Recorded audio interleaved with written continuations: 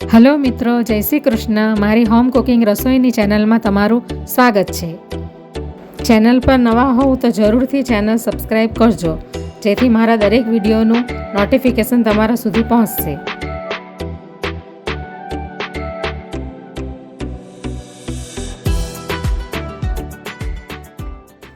તો આજે હું ફરાળી ઢોકળાની રેસીપી શેર કરવાની છું. તો એના માટે મેં એક વાટકી સામો લઈ લીધો છે, એટલે મોરૈયો લઈ લીધો છે, જેને આપણે ઉપવાસમાં ખાઈએ ને એ ચોખા પણ કહેવામાં આવે છે એને. તો એક વાટકી આપણે મોરૈયો લીધો છે અને એક નાની વાટકી સાબુદાણા લઈ લીધા છે. તમારે સાબુદાણાની ક્વોન્ટિટી વધારે રાખવી હોય તો તમે રાખી શકો. અને એક વાટકી જેટલા મખાના લીધા છે. હવે આપણે આ ત્રણેય વસ્તુને મિક્સીમાં ગ્રાઇન્ડ કરી લઈશું. એકદમ ફાઇન પાવડર બનાવી લઈશું. તો હવે સાબુદાણા, મોરૈયો અને મખાના બરાબર પીસાઈ ગયા છે. આ ટાઈપના આપણે એને પીસી લેવાના. હવે આપણે આ પાવડરને એક બાઉલમાં કાઢી લઈશું. હવે આપણે એની અંદર ખાટું દહીં નાખીશું, પોણી વાટકી જેટલું. હવે આપણે એની અંદર એક વાટકી જેટલું પાણી નાખીશું. હવે આપણે મિક્સ કરી લઈશું અને પાણીની જરૂર હશે તો આપણે પાણી બીજું અંદર નાખીશું.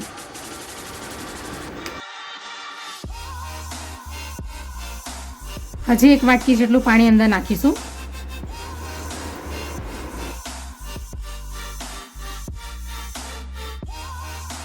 હવે આપણે એને 10 મિનિટ સુધી રેસ્ટ કરવા આપીશું. તો હવે 10 મિનિટ થઈ ગઈ છે.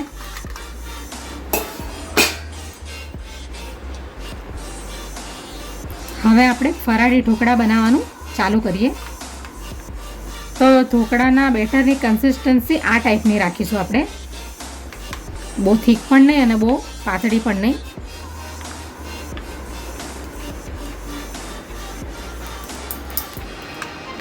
હવે આપણે એની અંદર સ્વાદ અનુસાર મીઠું નાખીશું. આ સિંધવ મીઠું છે, જે ઉપવાસમાં ખાસ કરીને ખાઈએ છીએ ને એ મીઠું. તો સ્વાદ અનુસાર આપણે એ મીઠું નાખી દઈશું. હવે આપણે અડધી ચમચી જીરું નાખીશું. હવે એક ચમચી આપણે આદુ અને મરચાંની પેસ્ટ નાખીશું. હવે આપણે એની અંદર એક ચમચી જેટલું, મીડિયમ ચમચી જેટલું ઓઇલ નાખીશું.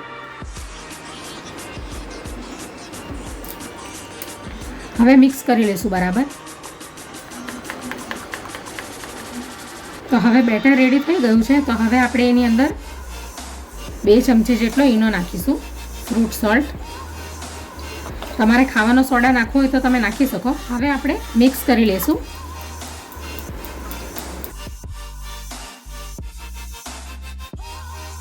તો હવે આપણે ઢોકળાને સ્ટીમ કરવા માટે ડીશની અંદર બેટર નાખી દઈશું. તો આ ડીશની અંદર મેં ઓઇલ ગ્રીસ કરી લીધું છે.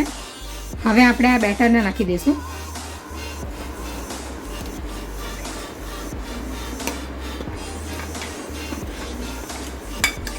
હવે આપણે 8-10 જેટલા મરીને મેં અધકચરા વાટી લીધા છે, આખા ભાગા, એ ઉપર આપણે નાખીશું આવી રીતે. 2 ચપટી જેટલું આપણે લાલ મરચું નાખીશું. હવે આપણે ગેસ ઉપર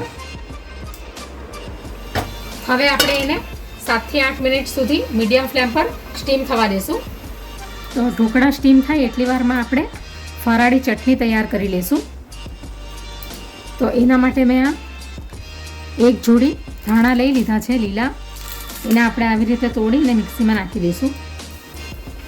એક મુઠ્ઠી જેટલો ફુદીનો લીધો છે. એક નાનો આદુનો ટુકડો લીધો છે અને 2 મરચાં લીધા છે તીખા. હવે આ અડધી વાટકી જેટલા સિંગદાણા લીધા છે. હવે સ્વાદ અનુસાર અંદર મીઠું નાખીશું અને એક અડધું લીંબુ નાખીશું. અડધી ચમચી ખાંડ નાખીશું. હવે અડધા કપ જેટલું અંદર પાણી નાખીશું. હવે આપણે એને પીસી લેશું મિક્સીમાં. તો ફરાળી ચટણી રેડી થઈ ગઈ છે. હવે આપણે એને એક વાટકીમાં કાઢી લઈશું.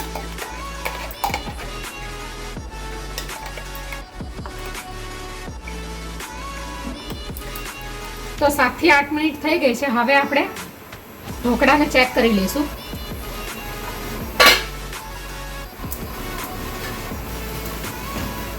તો ઢોકળા સરસ ચડી ગયા છે. હવે આપણે ગેસને બંધ કરી દઈશું. હવે વઘારિયાની અંદર મેં 2 ચમચી જેટલું ઓઇલ લઈ લીધું છે. તો હવે આપણે ઢોકળાનો વઘાર કરી લઈશું. તો તેલ બરાબર ગરમ થઈ ગયું છે. હવે આપણે વઘારિયાને નીચે ઉતારીને પછી આપણે એની અંદર તલ નાખીશું. હવે આપણે એની અંદર 1 ચમચી જેટલા તલ નાખીશું સફેદ. હવે આપણે તલ અંદર નાખી દીધા છે. હવે આપણે કડી પત્તા નાખી દઈશું. આ 2 નંગ મરચાં લીધા છે લાંબી સ્લાઇસમાં, એ નાખી દઈશું.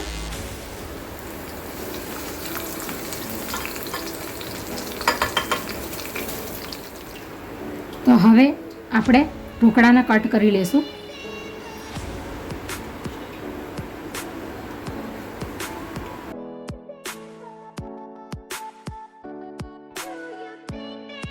હવે આપણે આ વઘારને ઢોકળાની ઉપર નાખી દઈશું. હવે આપણે એની ઉપર આ ધાણા નાખી દઈશું.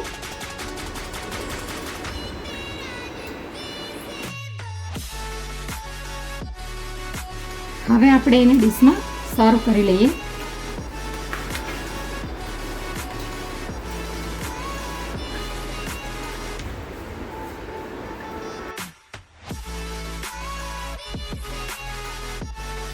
તો તૈયાર છે ઉપવાસમાં ખવાય એવા ખાટા ફરાળી ઢોકળા.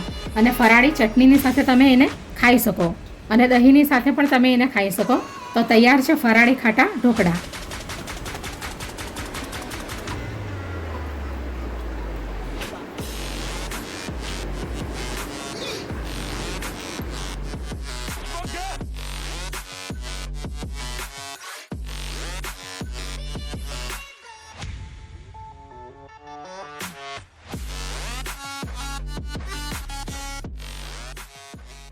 Audio Jungle.